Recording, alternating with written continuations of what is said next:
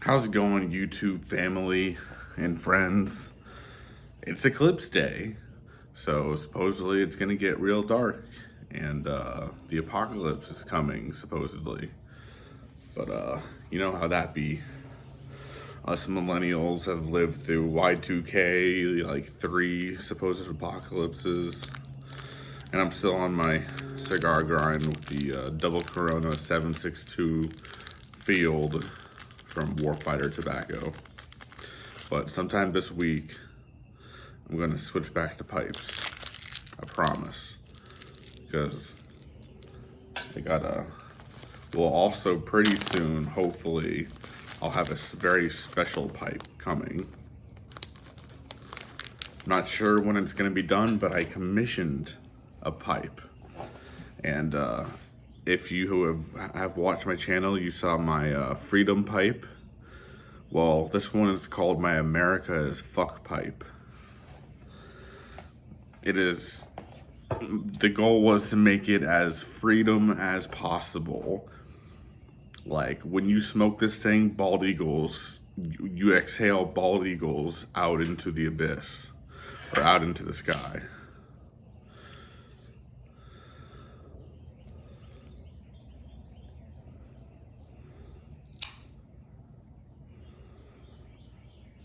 Pretty good cut. I'm proud of myself.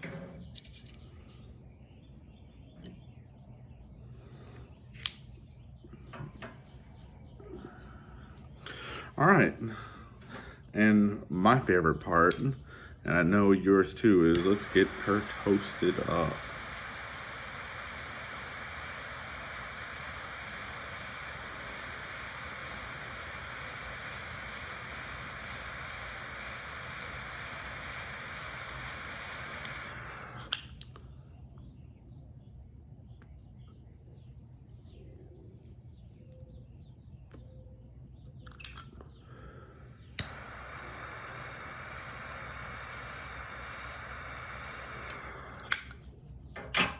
Ooh, almost just lost it through the crack.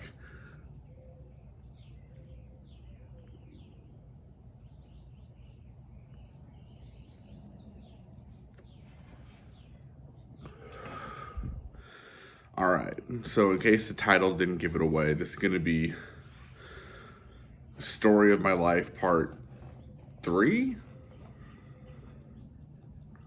or 4? I don't know, I'll have to check.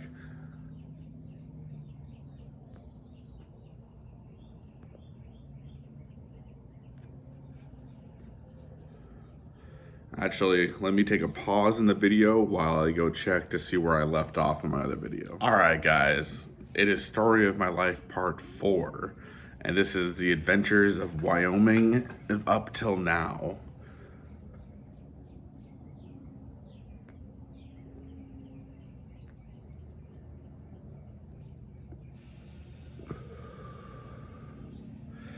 But while we were up in Wyoming was the first time I was around people significantly.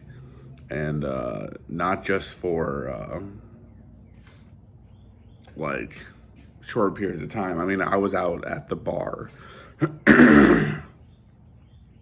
I was at the grocery store, but at the same time I was surrounded by family, usually at least 2 to 3 people, so I felt more safe and secure.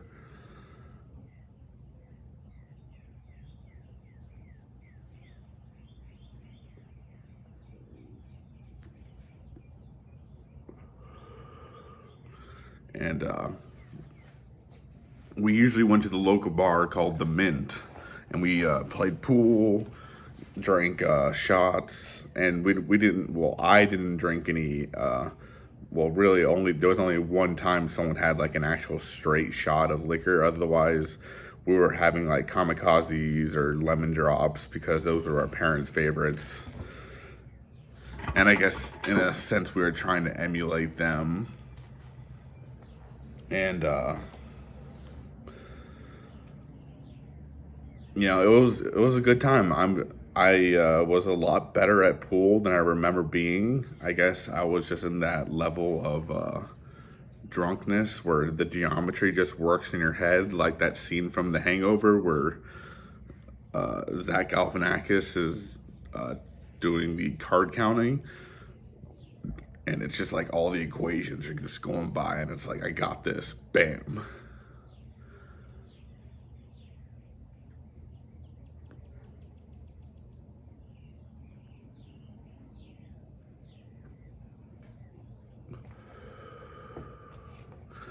But I took some major strides, and after my grandmother passed, I was in the room, or not in the room, I was in the house when she passed.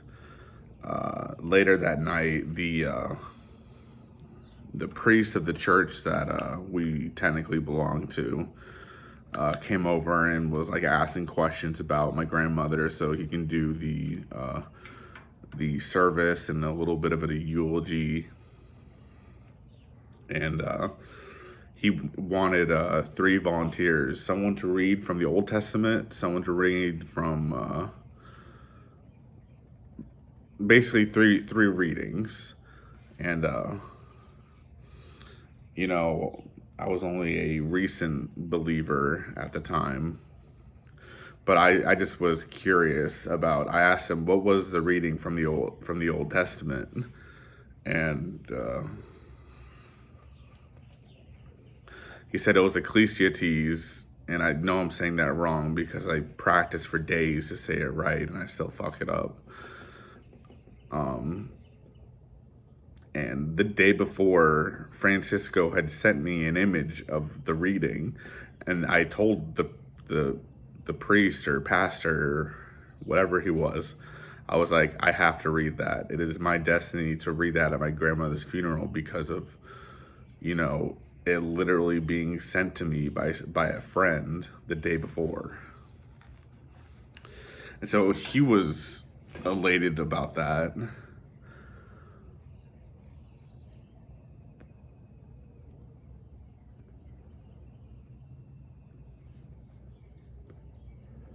And so was I. I was ready for it, but I didn't have a suit up there because we weren't planning on being up there for that long. And my suit's also in storage and probably would need to have been dry cleaned because it's probably just a mess. But so I borrowed a suit from my uncle. It was a little bit bigger than me, but suit to suit, it worked out. And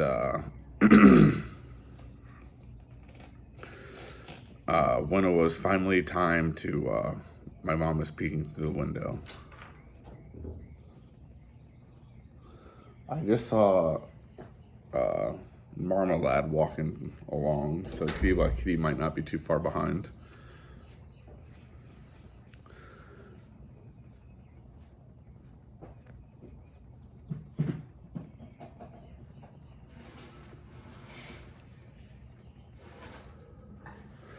But when it was at the funeral, when it was my turn to read, I swear I felt something behind me, like allowing me to read this just perfectly. And afterwards, I got compliments from everybody, including was the dude at the church a priest or a pastor? Or do you know? Huh? Okay, so my mom says, yeah, my mom's not religious at all, so I guess asking her wasn't a good idea.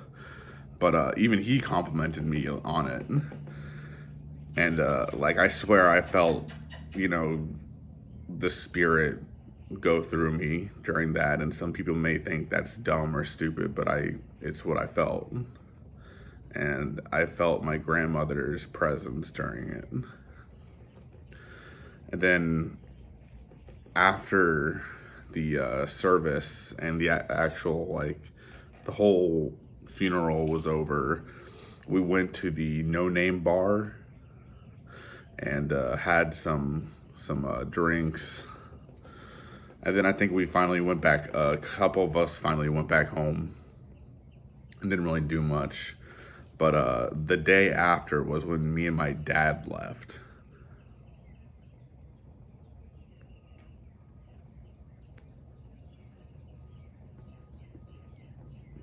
Because I had to get back home to get to Toby because he had been in the cat hotel for about twice as long as we originally planned him to be there.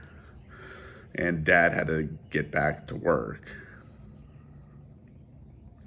And it just happened to be there was massive snowstorms in our path. And luckily we didn't really encounter any for most of the way down there.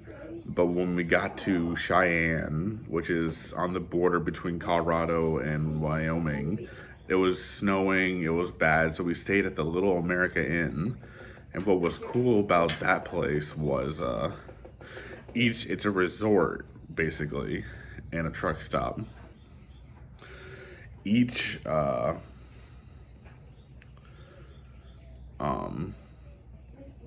room had its own balcony, so me and my dad were just smoking pipes out there while we were watching the snowfall, and it was very serene and beautiful and everything, and it just was a great night.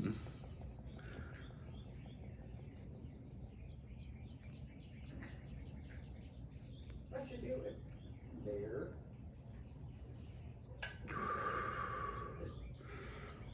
And so next day we wake up, everything is covered in snow. We de-ice the car as much as possible. And we head down south. And once we got to Denver, we went around on the loop instead of going straight through Denver, which would have been taking us straight through the middle of the actual storm. And so we bypassed most of it. And drove down through, what's the state above us called? Arkansas? Oklahoma. Yeah, that's it. We drove through Oklahoma for a little bit and then went straight down from Amarillo to Lubbock. And we actually stayed in Lubbock. And for those of you who have watched the previous videos, knowing that but I had lived in Lubbock for 10 years, I was not expecting to stay in Lubbock again. So staying in Lubbock again was quite a surprise to me. Oh, thank you so much. See, my mom's the best.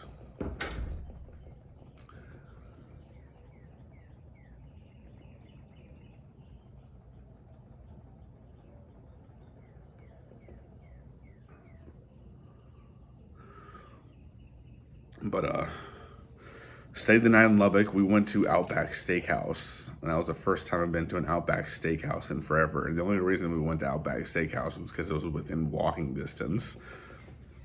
And my dad was not going to drive any farther to go anywhere else. It was either Outback Steakhouse or IHOP. But next morning we make it all the way to San Antonio. Same day I go and pick Toby up, and ever since then, Toby has just been glued to me. Like he essentially he got left behind, and so he's like afraid I'm gonna leave him. And so anytime like I'm not in his view set, and it's not because he's like sleeping or doing his own thing, he like meows for me. And the other day when I was at the grand opening for the cigar lounge, we came outside. I came outside to smoke another cigar after smoking like 6 cigars at the cigar lounge on the grand opening. My parents were in the hot tub, and I was down there talking to them. And I go up to Toby, who's in his outside cage, and I pick him up to take him inside, and he did not want to be left down. He just wanted to be held, and he just kept snuggling my face. And it was adorable, and I felt so bad because, I mean, I was only gone for about 5-6 hours. And he still had my parents here, so it wasn't like he was alone, but he just wants me. Every night he cuddles up to me all night, unless he goes out and does Toby things, like causing trouble around the house or, you know.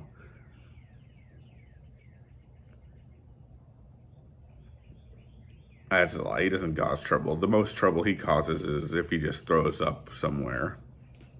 He's a very good kitty boy.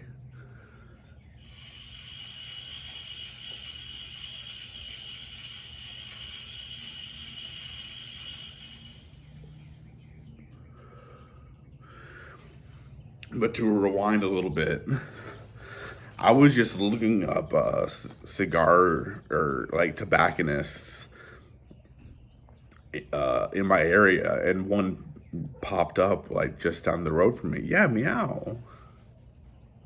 One popped up down the road from me, and I was like, this wasn't here before. And it was called the Rustic Cigar House. House spelled like Germanic, like Haus. And so I tried, it was Monday, and I tried calling them, and there was no answer. And I tried calling them again, and there was no answer.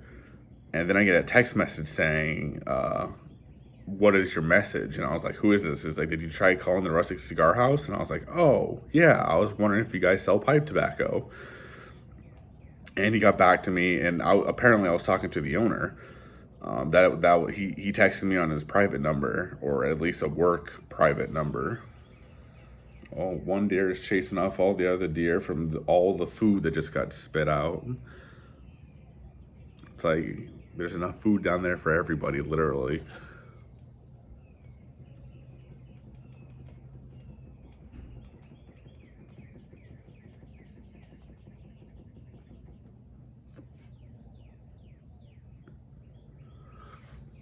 But I asked him, I was like, oh, well, I was going to ask if you guys carried any pipe tobacco. And he said, not yet. He said,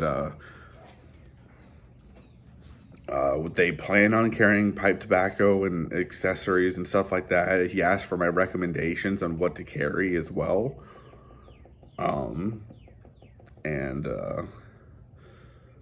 I have so much pipe tobacco, I offered to donate some to him because you guys gave me so much, and I want to pass on the goodwill to, say, someone who doesn't have that much, or someone who is new to the smoking career. And I want to have like I'm going to talk to him at some point, possibly later today, about having a pipe night, like a broadcast for a pipe night, and see if there's any interest in that for new people who are interested in the pipe, or people who are veterans to the pipe, to get lessons on how to pipe. Because I have bought 5 starter kits and have a ton of tobacco I can give out to, you know, have people try.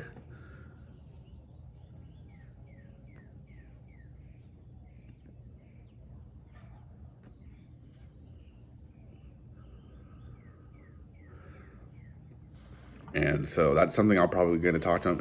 And it also turns out he lives in the same neighborhood as I do. So that's why I'm going to see him, because they're not open Monday, Tuesday, or Wednesday because they don't have enough workers. And at the time they were soft opened. Like they just had the grand opening, which is why I was there all day Saturday. But I had already talked about in a previous video my PTSD journey through being there around all that stuff. So I guess that ends Story of My Life Part 4. The update. Now I might do Story of My Life Part 5, but that would all be future tense. You know, what my future plans and goals are. Not sure, but if you've kept up to the series, thank you for watching. That's just, you know, a very short abridged about me, and I hope you enjoyed it. I'm going to continue to smoke this amazing 762 field in a double Corona, so it's nice and long and lasts me a while, even with my fast smoking. I hope God blesses you. Go Team Jesus. And yeah, have a good day, YTPC and YTTC. I'll see you in the next video.